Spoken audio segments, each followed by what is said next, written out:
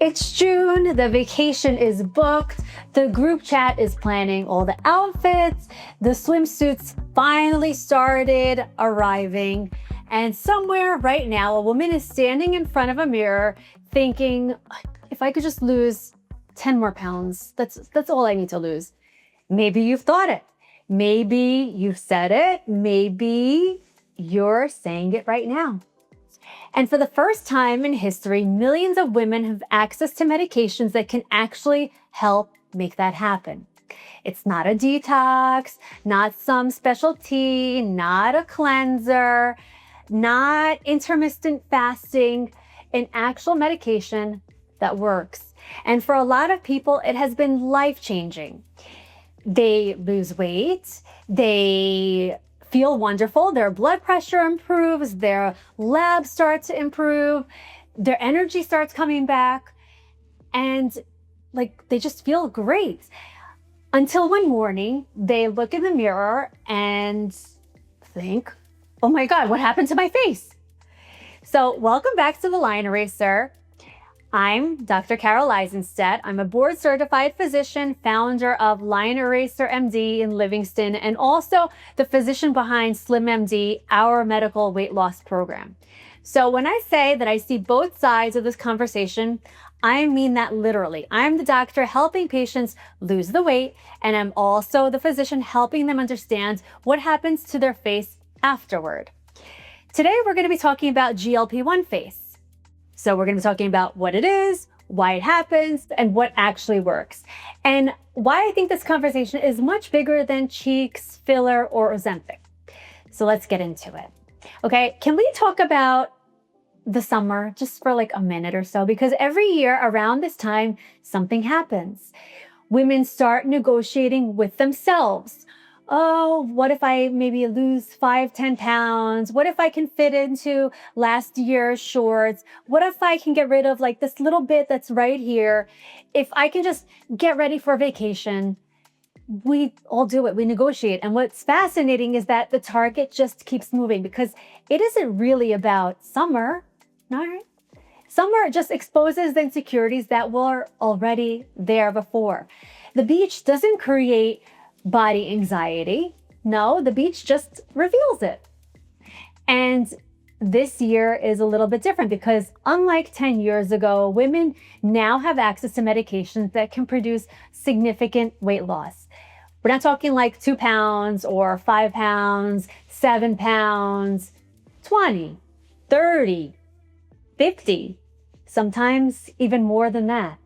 And so that's where this story begins. Because nobody talks about what happens after the weight starts coming off.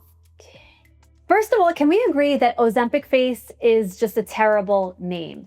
It kind of sounds like all of a sudden, just one morning, Ozempic specifically attacked your cheeks, but that's not what's happening. Ozempic isn't targeting your face specifically.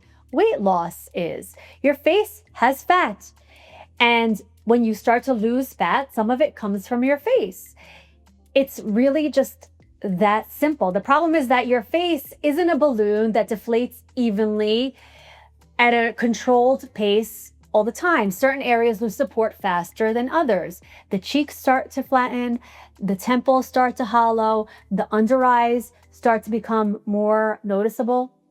So also another thing that I've seen is that the jawline looks heavier because the supporting structure has changed. And suddenly someone who feels younger and feels healthier and more vibrant now looks older in photos. And that's the part that catches people off guard because nobody spends years worrying about their mid-face volume. Nobody sits around and starts saying, oh, you know what really concerns me? Preservation of my malar fat pad. Nobody says that. Nobody thinks that because people think about the scale. And then one day they realize that their face just came along for the ride. I had a patient who said something recently that perfectly captured this entire phenomenon. I'm going to call her Sarah. So Sarah came to me through the SlimMD program, mid-40s, professional, busy, a mom, and she wanted to lose around 40 pounds. She was spending a long time, many, many years trying to lose it. And so when we started working together, the idea of 30 to 40 pounds came up, and she did incredibly well in the program. She followed the program to a T. She stayed consistent. She trusted the process. And over time, she lost more than the 30 pounds that we were hoping for. She felt great. She felt wonderful. Her clothes finally fit and her energy was back. She could run after her kids, and her confidence was just completely different from my initial interaction with her. So one day she came down my office and said, look, I feel amazing. I feel great. But then she paused because I think I look older. And I remember thinking, like, how strange that sentence sounds, because everything had gone right. Everything that we had wanted worked. Nothing failed. The medication worked. The weight came off. Her health had improved. And yet she was struggling with what she saw in the mirror. So the frustrating part was that she wasn't imagining it. I mean, there was real volume loss. There were real changes in her facial support. There were real changes in the skin quality. The face changed. And she wasn't warned that it might. So the part that I struggle with as a physician, I believe in GLP-1 medications. I've seen them change lives. I've seen patients improve their health in ways that they never thought would be possible. But I've also watched something else happen. I've watched patients lose the weight that they've spent years, if not decades, trying to lose, and almost immediately find a new thing to criticize about themselves. First, it's, oh, I need to lose 20 pounds. Then it's my neck is starting to look older. Then my cheeks are starting to look hollow. Then my jawline is sagging. And so I wonder sometimes if we're chasing a finish line that just keeps moving, because the truth is that confidence and weight loss, they're related, but they're not the same thing. And if you don't believe me, you spend enough time in aesthetics, you'll meet beautiful women, men who see nothing but flaws in themselves. You meet people who are at their goal weight and still hate every photo that they take. You'll meet people who look fantastic and just genuinely cannot see it. And that's when you realize that this conversation is much more than just weight. So if we start to talk about solutions, because if you've listened this far and you're currently staring at yourself, at your reflection, wondering whether this is actually happening to you, you're probably asking a question. Okay, Carol, so what do I do about it now? And the good news is that we live in a generation where we have so many options, really great options. The first thing I want you to understand is that not everybody with GLP-1 face has the same problem. And that's important to understand, because if we don't identify the actual problem, we end up chasing the wrong solution. Some people have primarily volume loss. Other people have primarily skin laxity. Some people have changes in their skin quality. And honestly, most of the time, people have a combination of all three of those. Each one requires a slightly different approach. So let's start with volume, because this is usually the biggest issue that we have with GLP-1 face. When patients come into the office after weight loss, what they're often noticing isn't aging itself. It's deflation. It's a balloon that now shrunk, and their cheeks don't have that same support. Their temples look hollow. The areas under the eyes suddenly look more tired. The face has lost structure. And when the structure goes, everything above it starts to look different. So this is where filler absolutely can play a role. But I want to say something that may surprise people. More filler doesn't mean better filler. One of the biggest mistakes I see is trying to replace every ounce of lost facial fat with syringes of filler. And that's not the goal. The goal is not to recreate your 25-year-old face. The goal is to restore balance. Sometimes a small amount placed strategically in the cheeks or temples can completely change the way that a face looks. Not because we're adding volume everywhere, because we're putting support back to where it belongs. If you followed me for any amount of time, you probably know where I'm going with this. My favorite treatment for many GLP-1 patients is actually not filler. It's actually collagen stimulation, because the issue is usually bigger than missing volume. The skin itself has changed. The tissue quality, it's different. The architecture has changed now. And that's why I often reach for biostimulators like Sculptra. Instead of simply filling a space, we're asking your body to rebuild some of its own support structure. It's a slower process. It takes time. It's much more gradual, but for the right patient, it's incredibly powerful. I always tell patients that filler is it's like buying furniture, but collagen stimulation is like renovating the actual foundation. Both have a place, but they're doing different things. The other treatment I love in this category is PRF biofiller. And I honestly don't think enough people are talking about it, although it's starting to get more traction. Because unlike traditional filler, we're using your own biology. We're using your own blood, we're using your own growth factors, we're using your own regenerative potential. What I love about it is that it just doesn't just occupy space. It improves the quality of the tissue itself. So the skin becomes healthier, the collagen starts to improve, the overall appearance becomes more vibrant. And for someone whose face has been depleted after weight loss, that's often exactly what we're trying to achieve. We don't necessarily want bigger, we just want healthier. So what about the skin? So the skin itself, because sometimes patients walk in saying, I think I just need filler here and here and here. And what they actually need is collagen. The skin, it may look thinner, it may look looser, it's less resilient, and as a result, it's less reflective of light, it looks less healthy. So no amount of filler fixes skin quality. That's where treatments like Ultra Clear become incredibly valuable. Because now we're addressing the surface and the structure simultaneously. We're stimulating collagen, and we're also improving the texture of the skin. We're improving the elasticity. We're helping the skin adapt to its new framework. And that matters, because even a beautifully volumized space still can look tired if the skin quality isn't there. So the mistake I want people to avoid in this is just not to panic. And I see this very often. Someone loses 20 pounds and they see changes in themselves. They run into my office and want everything fixed immediately. But if you're still actively losing weight, the story isn't over yet. Your face is still changing. Your body is still changing. So that's why timing matters so much. If I fill a face today and you lose another 15 pounds over the next 3 months, we're going to be having a completely different conversation by the end of the summer. So one of the most important parts of treatment is knowing when to wait. Sometimes the smartest thing that I can do for a patient is to tell them, just hold off, not yet. Let's let your weight stabilize. Let's see where your body lands, and then let's build a plan. Because good aesthetic medicine isn't about doing more. It's about doing the right thing at the right time.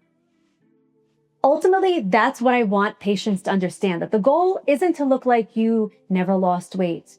The goal isn't to erase every change. The goal is to look like the healthiest version of yourself. And when someone sees you 6 months after a weight loss journey, I wouldn't want them thinking, wow, what did she do to herself? What I would want is them thinking, she looks amazing.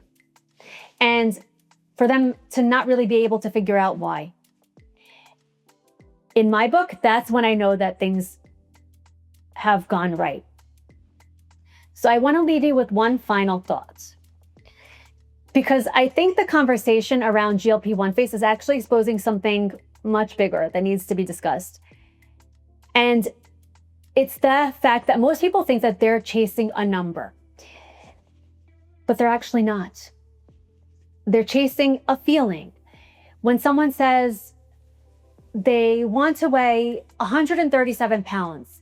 It's not about the number on the scale. That's not the goal. The goal is what they think comes with the 137 pounds. The confidence, freedom, the feeling more attractive, more beautiful, feeling comfortable in photos, feeling comfortable in a bathing suit, feeling comfortable just in their own skin. The weight, it's just the vehicle, but the feeling is the destination. And I think that's important because I've now watched hundreds of patients go through significant transformations. Some lose 10 pounds, some lose 20, some lose 50, some lose even more than that. And one of the things that I've learned is that weight loss solves many, many problems, but it doesn't solve every problem. Because if you've spent years criticizing yourself, your brain doesn't just automatically stop the day that the scale hits your goal number. Sometimes it finds something new to focus on. First, it's the stomach, then it's the arms, then it's the neck, then it's the cheeks. There's always something else. And it's not because you're vain, it's because you're human. And I think about that a lot in my profession because I spend my days helping people improve things about themselves that bother them. And I genuinely love what I do. I love seeing someone feel just more confident. I love seeing someone walk out a little taller. I love seeing someone look in the mirror and smile at themselves. But I've also learned something, that confidence doesn't come from perfection. Because perfection, it's a constantly moving target. You get to the thing that you thought would make you happy, and then the next target moves again, and then it moves again, and it just continues on. I have never met a patient who became happy because they achieved absolute perfection. I've met plenty who became happier because they stopped demanding perfection from themselves, and those are just very different things. Maybe that's why the phrase hot girl summer just makes me laugh a little bit, because every year we act like there's some kind of finish line. There's a magical point where you're finally allowed to enjoy yourself and just be you. The weight has to be gone. The skin has to be tighter. The face has to be just better. The body has to be perfect. And then you can relax. Then you can go on vacation, you can enjoy yourself, you can wear the bathing suit that you've been wanting to wear, you can take the photos without feeling this disconnect.